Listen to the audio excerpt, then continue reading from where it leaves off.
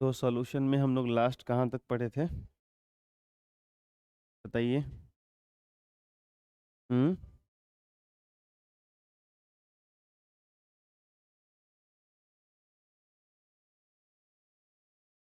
Last हम लोग mole fraction और मोल अंश यानी मोल प्रभाज पढ़े थे, यही ना। और इसके बाद क्वेश्चन वगैरह मैं लगाया था, क्वेश्चन सॉल्व किया था। ठीक। देखो यहाँ पे एक छोटा सा चीज़ है। अ, पिछले क्लास में मैंने आप लोगों को एक क्वेश्चन भी दिया था कि मोलैरिटी फाइंड आउट करके लाना है, किसका? वाटर का, प्योर वाटर का, शुद्ध जल का ना। तो molarity and molality of pure substance, pure substance का मतलब है अकेला कोई सब्सटेंस हो। तो प्योर सब्सटेंस जो होता है यानी शुद्ध पदार्थ, यानी जो कोई अकेला सब्सटेंस होता है, उसकी मोलैरिटी और मोलैलिटी जब हम फाइंड आउट करने जाते हैं तो हमारे पास मोलैरिटी यानी कि जो मोलरता का फॉर्मूला है, अगर आप सही से सोचो क्या है मोलरता, तो इसका फॉर्मूला क्या है? विले का मोल, number of moles of solute upon volume of solution, विलियन का आयतन लीटर में, यही है ना। विले के मोलों की संख्या बटा विलियन का आयतन लीटर में। क्लियर? तो याद रखना एक चीज़ कि अगर कोई आपका प्योर सब्सटेंस है, शुद्ध पदार्थ आपने ले रखा है, मतलब वो सिंगल सब्सटेंस है, ठीक है, तो याद रखना वही विलेय, वही विलायक और वही विलयन।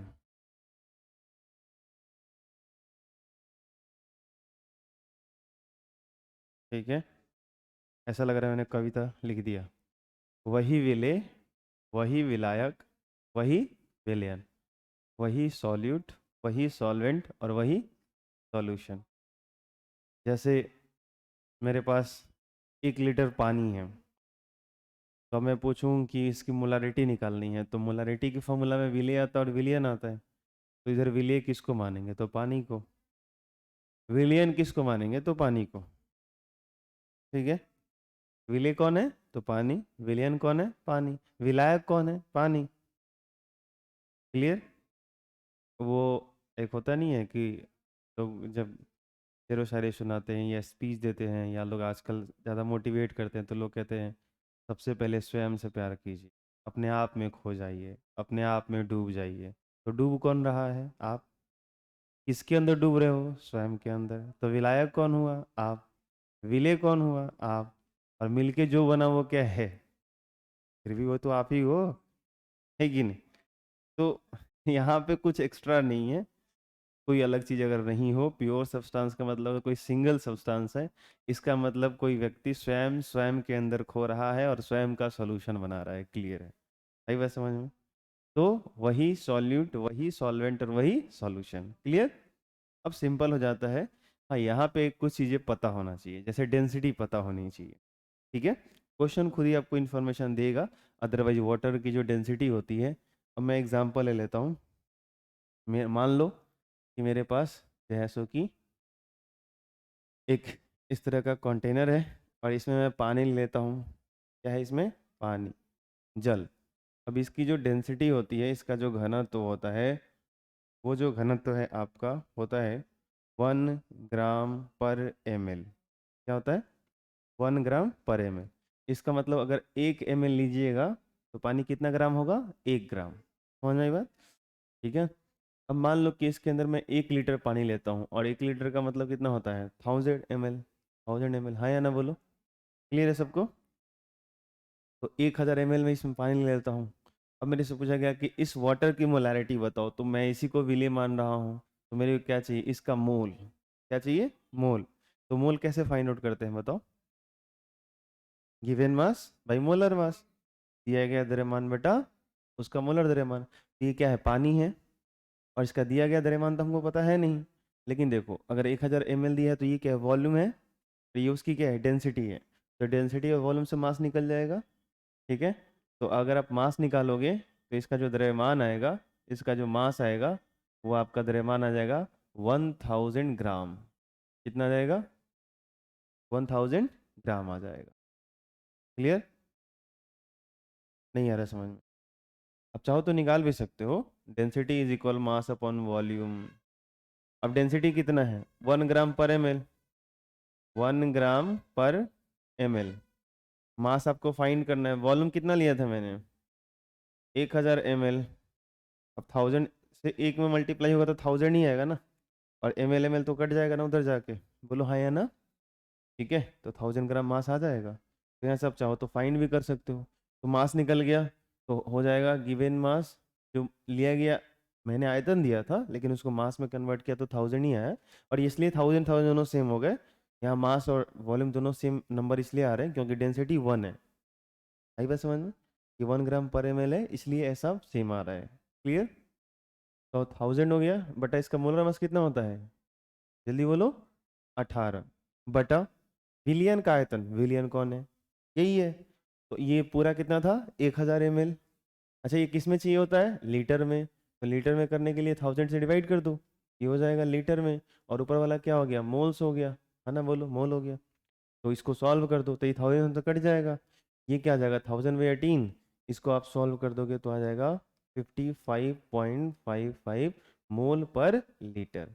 यहाँ पे यूनिट आप लगा देना, मोल पर लीटर। आया समझ में? आया था किसी का आप में से? कितना? यही आया था, 55.55 मोल प्रति लीटर। क्लियर? लेकिन यहाँ पे क्या सीखने को मिला? डेंसिटी से कैसे मास फाइंड आउट कर लेंगे, फिर मोल कैसे निकाल लेंगे, और ये चीज़ थोड़ा सा ध्यान रखना है। क्लियर? यही वो पहली बार मिला होगा आप लोगों को।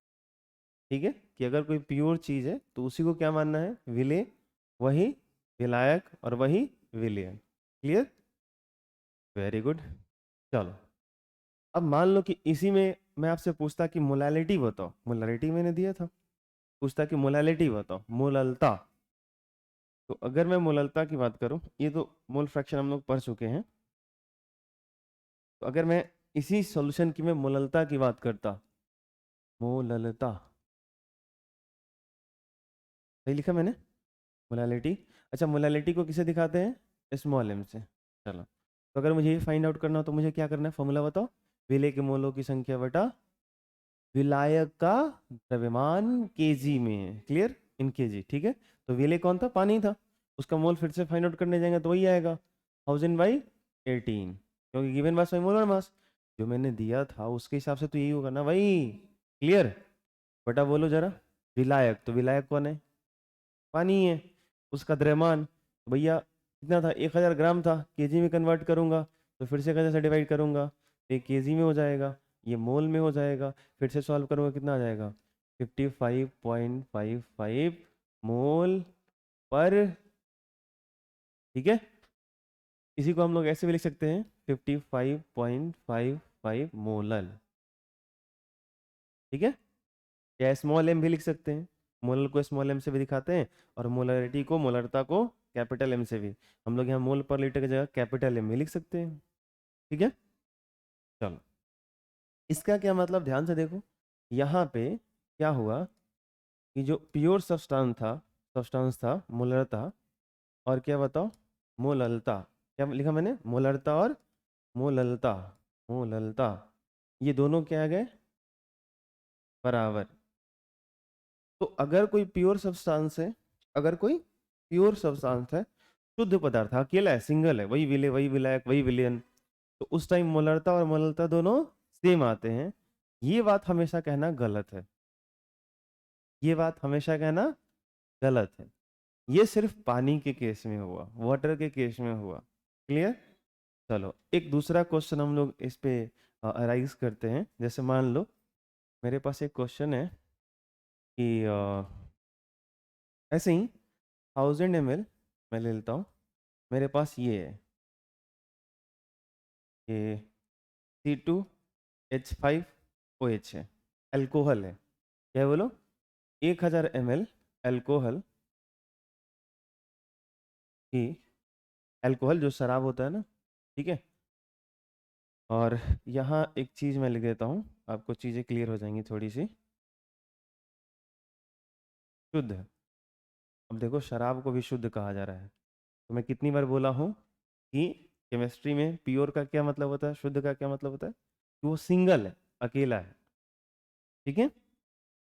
तो शुद्ध 1000 ml C2H5OH यानी इथाइल अल्कोहल की मोलरता मोलरता एवं मोललता मोललता ज्ञात करें, ठीक है। यदि इसका घनत्व यदि इसका घनत्व जो है वो 1.2 ग्राम प्रति ml है। कितना है? 1.2 ग्राम प्रति ml है। क्लियर? अब चलो, अगर ये क्वेश्चन मुझे सॉल्व करना है थोड़ा सा, तो मैं क्या करूँगा, सबसे पहले मोलरता लिख लेता हूँ। जब पहले C2H5 का मोलर मास निकाल लेता हूँ, C2H5OH का। क्लियर? निकालते हैं जरा, कितना आएगा देखो तो। 2 कार्बन है तो 12 दूना 24 हो जाएगा, 5 और 1 6 हाइड्रोजन है, और ऑक्सीजन का 16 हो जाएगा। ये 30 और 40, अच्छा 46 हो जाएगा क्या? ठीक से चेक कर लेना सब, ठीक है। 46 है, क्लियर है सबको? अच्छा, 1 मोल लूंगा तो कितना होगा, इतना ग्राम पर मोल, यही होता है ना, ठीक है। अब मुझे निकालना है मोलरता। क्या निकालना है?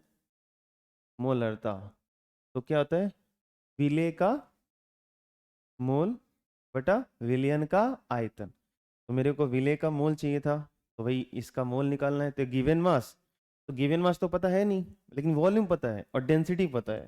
तो मैं क्या करूँगा, एक काम कर लेता हूँ, इसको थोड़ा सा साइड में कर लेता हूँ, पहले वो डेंसिटी से मास इसका फाइंड आउट कर लेता हूँ। मुझे चाहिए ये क्या बोलता हूँ, द्रव्यमान। किसका द्रव्यमान चाहिए? विलेय का। अब भाई है तो वही चीज़, सब तो उसी को बोल रहे हैं, तो विलेय उसी को मानेंगे। तो विलेय का द्रव्यमान कितना हो जाएगा भाई, द्रव्यमान निकालना है तो मुझे पता है कि जो डेंसिटी होती है, जो डेंसिटी होती है उसमें मल्टीप्लाई करना होता है किससे, वॉल्यूम से, घनत्व गुणे आयतन। तो डेंसिटी कितना दिया मैंने, 1.2 ग्राम पर ml दिया था, पर ml यानी ml बटा में है, इनटू डेंस, ये वॉल्यूम कितना दिया था, 1000 ml। तो देखो तो यहाँ जो ml बटा में आएगा और ये ml कट जाएगा, ग्राम बचेगा, 1000 से मल्टीप्लाई करो तो कितना हो जाएगा, ये 1200 हो जाएगा क्या? बोलो हाँ या ना, नहीं आ रहा समझ में? 12 एकम 12, 3 जीरो डालोगे, एक अंक छोड़ के 0.1 हट जाएगा। नहीं समझ आया? क्लियर? सिंपल सिंपल गणित है। तो 1200 ग्राम हो गया ना ये विलेय, विलेय का द्रव्यमान। अब मुझे चाहिए मोलरता। क्या चाहिए? मोलरता। तो अब मेरे को अगर मोलरता चाहिए, मोलरिटी चाहिए, तो क्या होगा, गिवन मास 1200 बटा, जरा बताना क्या करूं, जल्दी बोलो। 46। कहाँ से आया ये मोलर मास बटा इसका वॉल्यूम, तो 1000 ml था, 1000 ml का भैया मेरे मतलब बताओ जल्दी से क्या होता है, 1 लीटर। 1000 से 55 करोगे तो 1 लीटर ही आएगा, तो काहे को टेंशन लेने का, सीधे 1 लीटर कर दें क्या? ये मोल्स हो जाएगा, ये पर लीटर हो जाएगा, हाँ ना बोलो। तो अभी ये इसका आंसर कुछ ऐसा आएगा, 1200 बटा 46। इसका कैलकुलेशन आप बाद में कर लेना। इतना कैपिटल एम लगाए तो मोलारिटी को कैपिटल एम से दिखाते हैं, मोलर बोलते हैं। क्लियर? तो 1200 बटा 46 आ गया, ठीक है।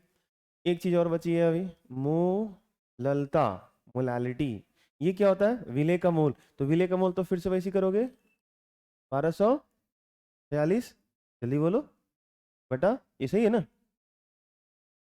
ओह नहीं समझे आप लोग, 1 मिनट, कोई नहीं कोई नहीं।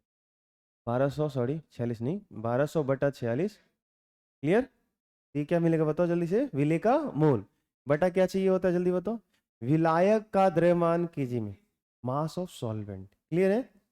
अभी जरा बताओ, तो सॉल्वेंट कौन है, सॉल्वेंट तो वही है ना, उसका मास कितना है, बोलो, ये है ना, अरे मास ये है ना, ध्यान से, इधर वॉल्यूम नहीं चाहिए विलियन का, सॉल्वेंट का मास चाहिए, तो वही तो सॉल्वेंट है ना भाई। तो मास कितना है, 1200 ग्राम।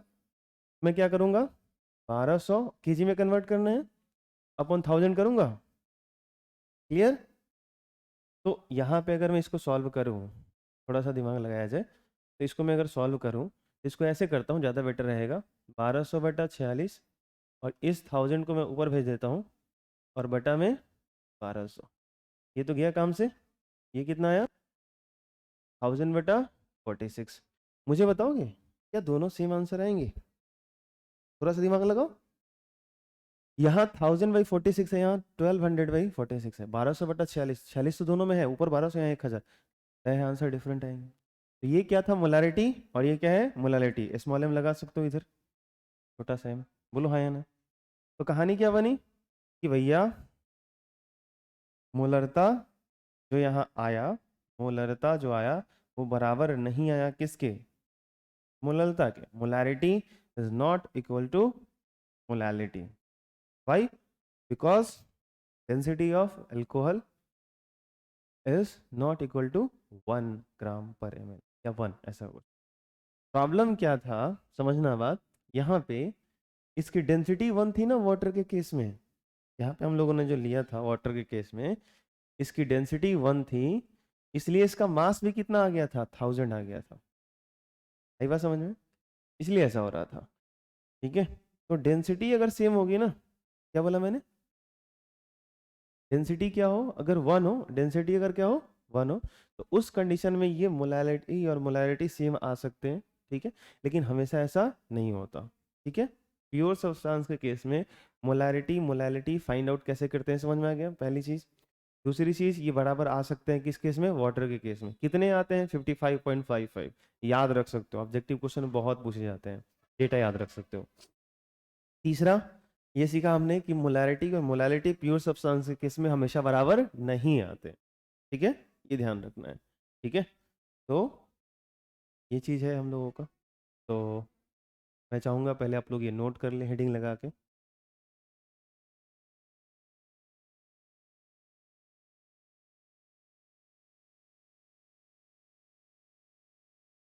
हिंदी में भी आप हेडिंग लगा सकते हो।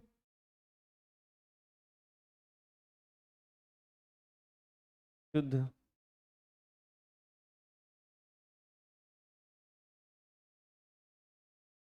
पदार्थों के लिए, शुद्ध पदार्थ के लिए, पदार्थों के शुद्ध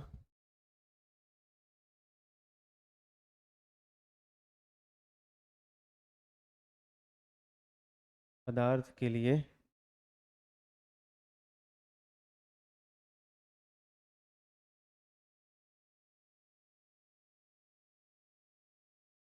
मोलरता एवं मोललता, यही हम लोगों का हेडिंग होगा। शुद्ध पदार्थ के लिए मोलरता एवं मोललता। चलो करना जरा। ये प्योर सब्सटेंस वाला कन्फ्यूजन खत्म हो गया। पाएगा तो बना लोगे आप। पानी ही नहीं, कोई भी सब्सटेंस पूछेगा तो बन जाएगा। बशर्ते उसकी क्या पता होनी चाहिए? डेंसिटी पता होनी चाहिए। ये दिमाग में रखना है। ठीक है, और पानी की डेंसिटी याद कर लो। ठीक है, यहाँ पे ये क्वेश्चन आप लोगों के होमवर्क के लिए है, जाके वीडियो से नोट करना, आराम से फिर सॉल्व करना। मैं समझा देता हूँ। क्वेश्चन क्या है कि 80 ग्राम NaOH है इज मिक्सड विथ H2O। पानी के साथ 80 ग्राम NaOH को मिला दिया गया है। ठीक है, टू प्रोड्यूस 500 ml सोल्यूशन। और बनाया कितना गया? 500 ml। ऐसा नहीं ना समुद्र में पानी है, जाकर 80 ग्राम NaOH फेक है, सोल्यूशन तैयार है सर। हाँ कि ना? फिर वो समुद्र तैयार है, सोल्यूशन नहीं। सही बात समझ में? तो इधर कितना सोल्यूशन बनाया गया? 500 ml, 500 ml। ठीक है, गिवन डेंसिटी ऑफ सोल्यूशन 1.2 ग्राम/ml। ये सोल्यूशन की डेंसिटी दी गई है। Fine. Percentage weight by wait पढ़ाया था मैंने, परसेंटेज वेट बाई वॉल्यूम ये सब पढ़ा चुका हूँ। कंसंट्रेशन टर्म क्या होता है? ग्राम पर लीटर। इसका मतलब होता है कि 1 लीटर में कितना ग्राम, ये बताना आपको। ppm आपको पता है, मोलारिटी पता है, मोलालिटी पता है, मोल फ्रैक्शन पता है। मतलब जितने सारे कंसंट्रेशन टर्म पढ़ चुके हो, सबके सब यहाँ पे फाइंड करने हैं। क्लियर? बन जाएगा। और यहाँ पे देखो, ये कुछ ऑप्शन है, मेरे हिसाब से ऑप्शन यहाँ नहीं होने चाहिए थे। और ये मोलारिटी का सिर्फ ऑप्शन है, तो ये ऑप्शन यहाँ पे नहीं होने चाहिए थे। तो इस ऑप्शन पे प्लीज़ ध्यान मत देना आप। ठीक है,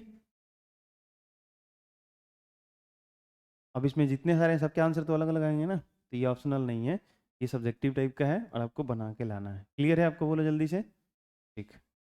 तो हम लोग जो है सो कि इधर सारे क्वेश्चन ये कर चुके हैं, अगर आपको सही से याद हो तो।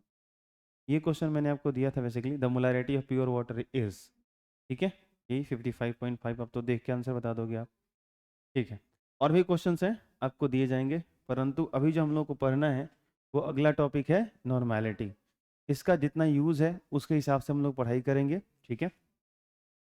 इसमें एक टर्म आता है इन फैक्टर, या उसी को हम लोग कहते हैं वैलेंसी फैक्टर। अपने आप में एक ऐसा टॉपिक है जो लगभग 2-3 क्लास लेके चला जाता है, लेकिन खैर उतना भी हम लोगों को नहीं जानना, डिटेल में आराम से पढ़ेंगे जब इसकी ज़रूरत पड़ेगी तब, ठीक है। अभी जितने की ज़रूरत है वो भी आपको बहुत लगेगा, और वो भी आपको पढ़ने हैं समझने हैं ठीक से। सबसे पहले ये समझो कि नॉर्मलता की परिभाषा क्या होती है, डेफिनेशन क्या होती है। तो 1 लीटर विलियन में, देखो मोलारिटी टाइप का स्टार्ट हुआ, मोलरता में क्या था, 1 लीटर विलियन में, यहाँ भी वैसे ही स्टार्ट हो रहा है। 1 लीटर विलियन में विलेय के ग्राम समतुल्य भार की संख्या, उधर था विलेय के मोलों की संख्या, यहाँ है विलेय के ग्राम समतुल्य भार की संख्या ही नॉर्मलता कहलाती है। The number of gram equivalents of solute, या इक्विवेलेंट्स भी बोल सकते हो, the number of equivalents of solute present in 1 litre solution, 1 litre of a solution is called the normality. और नॉर्मैलिटी को कैपिटल एन से दिखाते हैं, ठीक है। अब ये डेफिनेशन आराम से आपको तब समझ में आएगा जब आप ये समझोगे कि जो है सो कि ये क्या बोलते हैं, ग्राम समतुल्य भार क्या होता है। इसके लिए आपको ये समझना पड़ेगा समतुल्य भार क्या होता है, और समतुल्य भार को समझने के लिए आपको समझना पड़ेगा पहले एन फैक्टर क्या होता है, ठीक है। तो मैंने आराम से, मैं प्यार से हेडिंग लगाया नॉर्मलता के लिए महत्वपूर्ण बिंदु। ये 3 छोटे छोटे ऐसे पॉइंट है जिनको बहुत आराम से पढ़ो, ठीक से समझो। अगर ये तीनों क्लियर होगा तब जाके आपको नॉर्मेलिटी निकालने आएगा, उसके क्वेश्चंस बनेंगे और समझ में भी आएगा। शुरू करें फिर, चलो। तो सबसे पहले ये समझेंगे कि एन फैक्टर क्या होता है, वैलेंसी फैक्टर क्या होता है। तो देखो यहाँ पे, अच्छा हिंदी में इसको यही बोलेंगे, हिंदी में अगर एक चीज बोलना हो तो बोलेंगे संयोजकता गुणांक। क्या बोलेंगे, संयोजकता गुणांक। यहाँ पे आप चाहो तो लिख सकते हो संयोजकता गुणांक, एन फैक्टर और वैलेंसी फैक्टर की जगह पे। तो एन फैक्टर और वैलेंसी फैक्टर क्या होता है, the combining capacity of species is called in factor और वैलेंसी फैक्टर, एक जनरल डेफिनेशन है, ठीक है। ये डेफिनेशन तो अपना डेफिनेशन की जगह पर रह जाएगा। अगर आप रिडॉक्स रिएक्शन में जाकर के इसको पढ़ते और ये सब सीखते तो बहुत मतलब थोड़ा सा कॉम्प्लिकेटेड टाइप का आपको लगता कि एक ही चीज़ का एन फैक्टर किसी की रिएक्शन में अलग है, दूसरे रिएक्शन में अलग हो जाता है, तो चीज़ें बदलती रहती हैं। ऐसा नहीं है कि जैसे मान लो मेरा एन फैक्टर 2 है तो हमेशा एन फैक्टर 2 ही रहेगा। कुछ सब्सटेंसेस के केस में ये फिक्स होते हैं, लेकिन सारे सब्सटेंसेस के केस में फिक्स नहीं होते। बहुत सारे ऐसे सब्सटेंस होते हैं जिसका एन फैक्टर कहीं 2 मिलेगा, फिर उसी का कहीं 1 मिल रहा है, ये चीज़ें होती हैं। तो रिएक्शन के अकॉर्डिंग वो चेंज होते रहते हैं। देखने को शायद 1-2 मिल जाए, यहाँ पे मैं दिखा दूंगा आपको। तो चलो, यहाँ पे सिंपल बस इतना याद रखना है, कंबाइनिंग कैपेसिटी। जैसे आप ये क्या समझते हो, वैलेंसी समझते हो ना, वैलेंसी क्या चीज़ होती है, जितना उसे वो कंबाइन करता है, रिएक्ट करता है, जितना इलेक्ट्रॉन लूज लॉस गेन ऐसा कुछ करता है, ठीक है। थोड़ा सा उसी टाइप का रिलेटिव है। खैर, यहाँ पे कैसे आपको निकालना है मैं उसकी बात बता रहा हूँ। परमाणु के लिए अगर कोई एटम है तो एटम आपका मेटल होगा या फिर नॉन मेटल होगा, क्या होगा, धातु होगा नहीं तो अधातु होगा। तो अगर मेटल होगा तो कैसे आपको इन फैक्टर निकालना है, अगर धातु रहा तो संयोजी इलेक्ट्रॉन लेते हैं। अगर मान लो कोई मेटल है और उसका हमको इन फैक्टर कोई पूछ रहा है, क्या पूछ रहा है, क्या बोला मैंने, एन फैक्टर, ठीक है। जैसे यहाँ पे मैंने आपसे पूछ लिया सोडियम का एन फैक्टर बताओ, सिंपल ऐसे ही मैंने दे दिया, सोडियम का एन फैक्टर बताओ, तो आप बोलोगे कि इसका एन फैक्टर कितना है, 1, ठीक है। क्योंकि आपको पता है इसकी कंबाइनिंग कैपेसिटी कितनी है, 1। सोडियम कितना इलेक्ट्रॉन लूज करता है, 1। जब किसी से कंबाइन करने जाता है तो इसकी वैलेंसी क्या होती है, 1 ही होती है ना। कंबाइनिंग कैपेसिटी 1 इलेक्ट्रॉन की होती है, एक ही लूज करता है, ठीक है। ठीक है, जैसे मान लो हम लोगों का क्या बोलते हैं, क्लोरीन है, ये तो सोडियम की बात हो गई। अगर मान लो क्लोरीन है, ये सोडियम का था। अगर हमारे पास क्लोरीन है और इसका किसी ने हमसे पूछा कि बताओ भैया ये क्लोरीन का एन फैक्टर बताओ, तो क्लोरीन का मुझे अगर एन फैक्टर बताना है तो मैं थोड़ा सा ऐसे सोचूंगा कि ये क्या है, मेटल है कि नॉन मेटल है, नॉन मेटल है, क्लोरीन अधातु है। तो अगर अधातु रहा ना आपका एटम, तो 8 माइनस वैलेंस इलेक्ट्रॉन करना है, मतलब 8 में से उसके वैलेंस इलेक्ट्रॉन को घटा लेना है। तो क्लोरीन में वैलेंस इलेक्ट्रॉन कितने होते हैं, 7। वैलेंस इलेक्ट्रॉन किसको कहते हैं, सबसे बाहरी कक्ष के इलेक्ट्रॉन को वैलेंस इलेक्ट्रॉन कहते हैं। भैया 8 में से 7 घटा लो तो कितना आ जाएगा, 1। तो इसका ये क्या हो गया, एन फैक्टर कितना हो गया, 1, किसका, क्लोरीन का। क्लोरीन का एन फैक्टर कितना हो गया, 1। क्लियर, अरे बोलो हाँ या ना, ठीक है।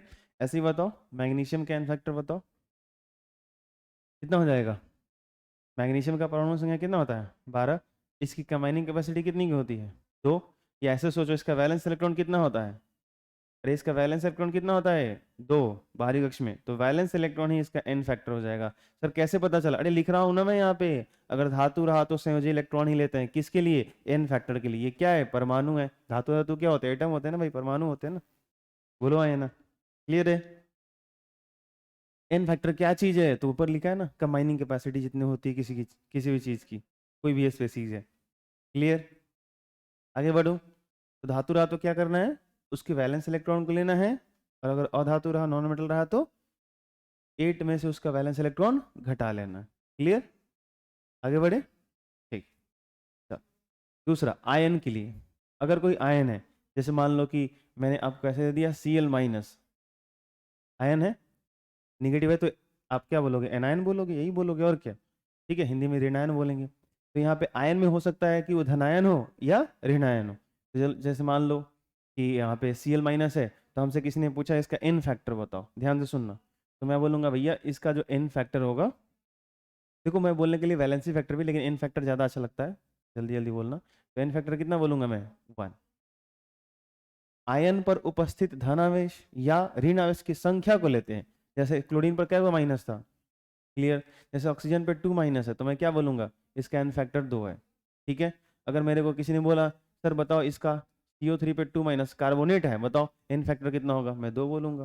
किसी ने बोला सॉल्फेट SO4 पे 2 माइनस, कितना बोलोगे जल्दी बोलो, 2 बोलोगे। किसी ने बोला C2O4 पे 2 माइनस ऑक्सालेट आयन, क्या बोलोगे 2, क्लियर। सर सिर्फ माइनस वाला ले रहे हो प्लस वाला, बिल्कुल ले लो भाई, सोडियम के ऊपर एक प्लस है, यहाँ आयन दिख रहा है, बोलो एक प्लस दिख रहा है, इसका एन फैक्टर कितना हो जाएगा 1। मैग्नीशियम ले लिया मैंने, चाहे एल्युमिनियम ले लिया, इसके ऊपर 3 प्लस दिख रहा है, इसका एन फैक्टर कितना हो जाएगा 3, बोलो हाँ या ना, पढ़ी है क्या। कोई भी आयन दिखेगा, क्या बोला मैंने, कोई भी आयन दिखेगा, ठीक है। जैसे मान लो ऐसे लिया मैंने फॉस्फेट PO4 पे 3 माइनस, इसका एन फैक्टर कितना होगा 3, 3 हो जाएगा, कोई दिक्कत। तो आयन अगर होगा, देखो मैं बारी बारी से कह रहा हूँ, हम लोग जो पढ़ने जा रहे हैं वो थोड़ा सा नॉर्मेलिटी को समझने जा रहे हैं, नॉर्मलता को पढ़ने जा रहे हैं। नॉर्मलता को पढ़ने के लिए भैया ये बहुत जरूरी चीज़ है, तो अगर आपको इसमें दिक्कत हो रहा है, कोई बात लग रहा है, डर लग रहा है, तो बोलो। इन फैक्टर कैसे निकालना है, अगर ना हो तो ये सारा लाइन आपको दिमाग में बैठा लेना, याद रख लेना कि धातु का तो क्या करेंगे, धातु का तो कैसे इन फैक्टर चाहिए, ठीक है। आयन होगा तो कैसे लेना है, ये चीज़ आपको ध्यान रखना है, क्लियर, आई बात समझ में, ठीक है। अब मैं सॉल्ट के केस में आता हूं, अगर कोई सॉल्ट है तो लवण के लिए, लवण में कुल धनायन पर उपस्थित कुल धनावेश या कुल ऋणायन, यहाँ पे लिख सकते हो कुल ऋणायन पर उपस्थित कुल ऋणावेश लेते हैं। जैसे एग्जांपल है मेरे पास, जैसे मान लो सॉल्ट कोई बोलो, आपको तो पता है फेमस सॉल्ट है ये NaCl, ठीक है। इस एक मॉलिक्यूल को ठीक से देखो, एक मॉलिक्यूल को NaCl को, एक सॉल्ट है ये। अब इसमें क्या करना है, धनायन उठाना है टोटल, तो इसमें सोडियम क्या है, एक है, तो एक सोडियम है एक सोडियम है, और आपको पता है कि एक सोडियम पर कितना है एक प्लस, तो यहाँ पे हम लोग बोलेंगे कि इसका वैलेंसी फैक्टर इस सॉल्ट का कितना है 1। नहीं समझ आया, NaCl सॉल्ट है, इसका वैलेंसी फैक्टर कितना हो जाएगा 1, कोई दिक्कत। अच्छा ऐसे भी निकाल सकते थे, माइनस वाले से भी निकाल सकते थे, क्योंकि आपको एक चीज तो पता है ना कि एक सॉल्ट के अंदर जितना प्लस होगा उतना माइनस होगा, तो इससे कोई फर्क नहीं पड़ता कि प्लस वाला ले रहे हो कि माइनस वाला, इसलिए दोनों लिखा गया है। लवण में कुल धनायन, जो टोटल धनायन होगा, और एग्जांपल लेता हूँ आपको क्लियर हो जाएगा, जैसे मान लो मैंने लिया MgCl2, ठीक है, और किसी पूछा कि बताओ इसका एन फैक्टर बताओ, तो अब देखो यह आपने मैग्नीशियम को पकड़ा, तो इसमें मैग्नीशियम पकड़ोगे तो इस पर कितना प्लस है जल्दी बताओ, 2 प्लस है, तो यहाँ पूछूं मैं एन फैक्टर इसका कितना है, तो क्या बोलोगे 2 बोलोगे, क्लियर। लेकिन कोई बच्चा अगर पकड़ता क्लोरीन को पकड़ता, तो वो तो बुरा फंसता, वो तो वही तरह ऐसे सोच सकता था कि क्लोरीन सर है तो हाँ -1 है, और -1 है तो फिर वो -1 बोल सकता था, लेकिन ध्यान रखना यहाँ पे क्लोरीन के कितने हैं 2, टोटल क्या बोला गया कुल धनायन पर जितने भी धनायन है, इसमें भाई 2 धनायन, एक धनायन एक ही था, लेकिन एक पर +2 था, तो 1 × 2 करेंगे तो 2 आ जाएगा। लेकिन क्लोरीन की कहानी क्या बनी, एक क्लोरीन पे एक माइनस था, 2 क्लोरीन था ना, एक ही मॉलिक्यूल के अंदर 2 क्लोरीन था, तो टोटल, अब ये नहीं कि मैंने यहाँ 4 लगा दिया सर, यहाँ पे 4 दूना 8 क्लोरीन हो गया, 8 हो जाएगा क्या, ना ना ना, वैसे नहीं करना, एक मॉलिक्यूल को पकड़ना है, क्लियर। उधर जो कोफिशिएंट लग रहा है उधर वाले पे मत जाना, इधर वाले पे नहीं जाना है, यहाँ देखना है एक मॉलिक्यूल के अंदर टोटल कैटायन या एनायन कितने हैं और उस पे आयंस कितने हैं। ये बात समझ आती है आपको? तो ऐसे निकाले कोई बच्चा, 2 क्लोरीन है तो Cl पर 1 माइनस तो 1 हुआ, 2 यहाँ इधर Cl है तो 2 माइनस मिलेगा, तो इस Cl से भी निकालेगा तो उसका 2 आएगा, Mg से भी कोई निकालेगा तो उसका 2 आएगा। नहीं है समझ में? एन फैक्टर कितना हुआ Mg इक्वल टू का 2। क्लियर है आपको? ठीक है, ऐसे ही बताना जरा AlCl3 का। अब आपको जिससे भी समझ में आ जाए, क्लोरीन से अगर आपको अच्छा लग रहा है तो एक क्लोरीन का कितना होता है -1, एक क्लोरीन पे नेगेटिव चार्ज कितना है -1, क्या क्लोरीन है टोटल ऋणायन पकड़ लो, इसमें Cl माइनस क्या है 3 गो, ठीक है Cl माइनस क्या है 3 गो, तो टोटल हमने पकड़ लिया, इन पर जितना माइनस है सबको लेकर काउंट कर लिया, ठीक है। इसमें धनायन क्या गो था, धनायन एक ही गो था, इस पर क्या गो प्लस था, ये अकेले ही 3 प्लस लेकर बैठल था, कहला हम जो है दूसरा लाएंगे भाई, नहीं लाएंगे, नहीं समझ में आ रहा है? ठीक है, चलो एक दूसरा समझा देता हूँ और भी समझा देता हूँ आपको। जैसे मान लो हमारे पास ऐसा कुछ है, हाँ जैसे मान लो Na2SO4, इसका एन फैक्टर सोचो, एक सोडियम इधर तो देखो Na पर क्या होता है प्लस, सोडियम क्या है 2 है, तो एक पर एक प्लस है तो 2 सोडियम पर कितना हो जाएगा 2 प्लस, तो एन फैक्टर कितना मिल के आएगा निकल के आएगा 2। अब जिसको डायरेक्टली पता है कि SO4 का 2 माइनस होता है तो वैसे ही बोल देगा कि एक सल्फेट है उसका 2 माइनस, एन फैक्टर कितना हो जाएगा 2, सल्फेट तो एक ही था ना, नहीं है समझ में? तो या तो आप एनायन से निकालो सॉल्ट के अंदर या कैटायन से निकालो, जब कैटायन से निकालोगे तो एक मॉलिक्यूल के अंदर जितने भी कैटायन है टोटल उनको पकड़ो और उन सब पे जो चार्ज है उसको ऐड कर लो, ठीक है क्लियर?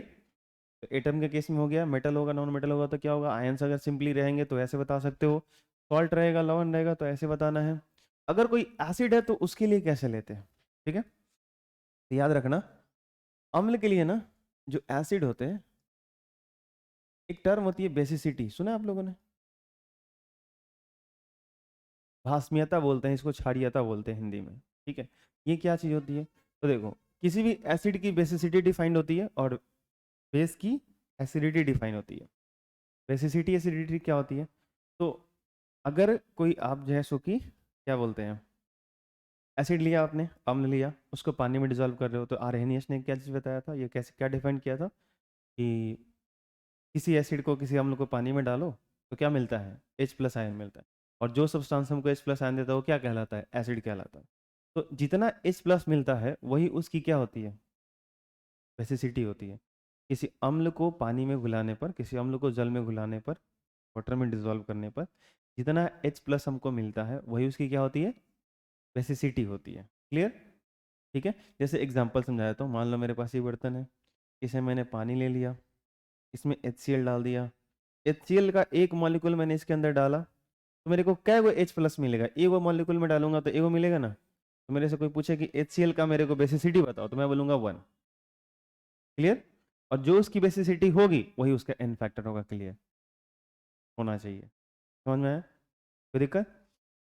यहाँ पे देखो क्या लिखा गया है, अम्ल के एक अणु में विस्थापनशील जो सब्स्टिट्यूट हो सके, डिस्प्लेस हो सके, निकल सके, विस्थापनशील हाइड्रोजन परमाणु की संख्या लेते हैं।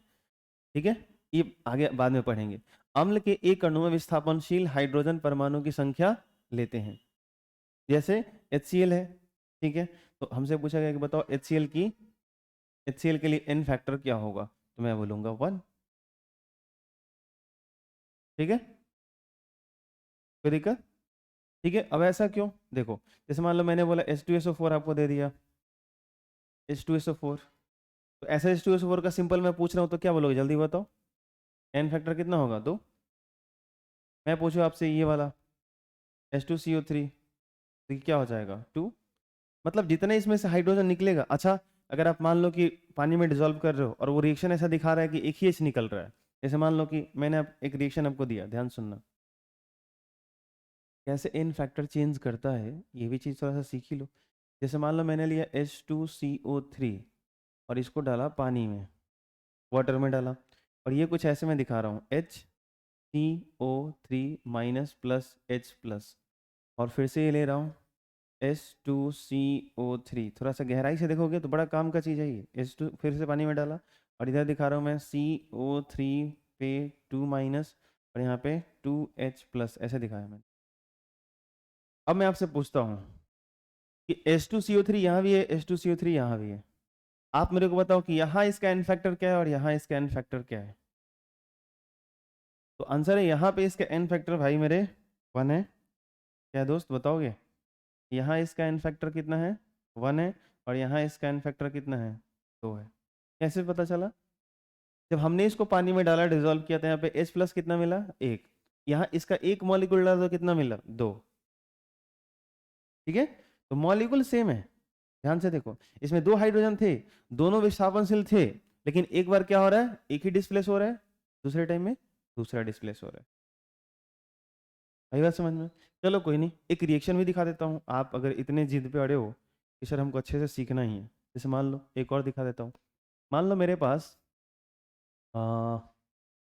ऐसा कुछ है, NaOH प्लस H2CO3, ऐसा मैंने एक रिएक्शन दिया। आप एक चीज़ जानते हो कि ये आपका एसिड है और ये आपका बेस है, पता है ना? एसिड बेस का रिएक्शन जब होता है तो क्या बनता है? सॉल्ट बनता है और वाटर बनते हैं। अम्ल क्षार आपस में अभिक्रिया करके लौन और जल बनाते हैं, और ये अभिक्रिया क्या कहलाती है? उदासीनीकरण अभिक्रिया कहलाती है, न्यूट्रलाइजेशन रिएक्शन कहलाती है। क्लियर? ठीक है, तो यहाँ पर अब ये रिएक्शन ध्यान से देखना, मैं आपसे पूछने वाला हूँ इधर कि NaOH ये रिएक्शन जब कर रहा है H2CO3 से, तो ये बन रहा है NaHCO3। ठीक है, अभी एक सब्सिडरी वाटर बन जाएगा, और फिर से सेम चीज़ मैं जो है सो कि ये रिएक्टेंट इस्तेमाल करने वाला हूँ। फिर से सेम रिएक्टेंट है, और इस बार जो प्रोडक्ट बना वो ऐसे बना, Na2CO3 और प्लस H2, ऐसा कुछ बना। ठीक है, आई होप यहाँ कुछ में भी हो सकता है और भी बने, लेकिन ठीक है, चलो ये बताओ। अब मैं आपसे पूछूं कि जरा इसको पकड़ना, मुझे जो समझाना है पहले उस पर गौर करो। ये देखो, इन दोनों में H2CO3 का मेरे को बताओ कि एन फैक्टर क्या होगा? दोनों में सेम होगा? आंसर है दोनों में सेम नहीं होगा। क्यों सेम नहीं होगा? ध्यान से देखो, यहाँ पे H2CO3 था ना, यहाँ पे देखो क्या है, ये क्या दिख रहा है आपको? HCO3। यहाँ से कितना हाइड्रोजन डिस्प्लेस हो रहा है? 1। इसमें हाइड्रोजन विस्थापनशील है 2, लेकिन इस रिएक्शन में देखो, ठीक है, मैंने क्या बोला था? एक ही चीज का एन फैक्टर किसी रिएक्शन में 1 हो सकता है, उसी चीज का किसी में 2 हो सकता है। आप मेरी बात पे गौर करना, मैं जो कह रहा हूँ। ठीक है, तो मैं अभी सिंपल एग्जांपल से बस आपको समझाने की कोशिश कर रहा हूँ कि आप ध्यान से देखो, ये रिएक्टेंट है, ये प्रोडक्ट है। जब ये रिएक्टेंट से प्रोडक्ट में जा रहा है तो क्या हो रहा है उस पर ऑब्जर्व करो। तो ऑब्जर्व आप कर रहे हो, तो H2CO3 था, इधर 2 हाइड्रोजन है, यहाँ पे क्या दिख रहा है हम लोगों को? एक ही हाइड्रोजन इसमें से डिस्प्लेस हो रहा है। ये रिएक्शन हमको यही दिखा रहा है, तो भैया इसका जो एन फैक्टर होगा ना, वो होगा 1। कितना होगा? इसका जो एन फैक्टर होगा, यहाँ लिखना, वरना फिर उधर लिखोगे तो कंफ्यूजन हो जाएगा। एन फैक्टर कितना हो जाएगा? 1। यहाँ देखना जरा, H2CO3, इधर देखो CO3, दोनों हाइड्रोजन बाहर चला गया। भैया यहाँ पे H2CO3 का जो एन फैक्टर है ना, वो कितना है? 2। जबकि दोनों जगह है H2CO3। ये रिएक्शन देखो सेम, ये कुछ अलग परफॉर्म हो रहा है, ये कुछ अलग हो रहा है, कंडीशन अलग होंगे। एनर्जी, टेम्परेचर, प्रेशर, बहुत सारी चीजें मायने रखती हैं। ठीक है, यही बात समझ में? तो अब जैसे कि अगर ये रिएक्शन हो रहा है, ऐसे दिख रहा है, ये ऐसे दिख रहा है, तो यहाँ पे एन फैक्टर कितना होगा? बोलो, यहाँ पे एन फैक्टर कितना रहेगा? 2। क्लियर? तो बस मैं यहाँ से ये दिखाने की कोशिश कर रहा था कि एक ही चीज के इन फैक्टर बदल भी सकते हैं। ठीक है, अब ध्यान सुनो क्या लिखा गया। यह जरूरी नहीं है कि अम्ल के एक अणु में जितने हाइड्रोजन दिखाई दें वो सब विस्थापन योग्य हों। जैसे इसी का एग्जाम्पल यहाँ पे मैं दे रहा था, ये जो दिख रहे हैं 2 हाइड्रोजन विस्थापन योग्य तो हैं, लेकिन दिक्कत ये है कि सब हो नहीं रहा है। ठीक है, तो यहाँ एक ही होने योग्य है, यहाँ दोनों होने योग्य है। तो यहाँ एक ही होने योग्य है तो इसका वैलेंसी फैक्टर एन फैक्टर 1 होगा। यहाँ पे जैसे कि दोनों होने योग्य है, दोनों चला गया, एन फैक्टर 2 हो जाएगा। क्लियर?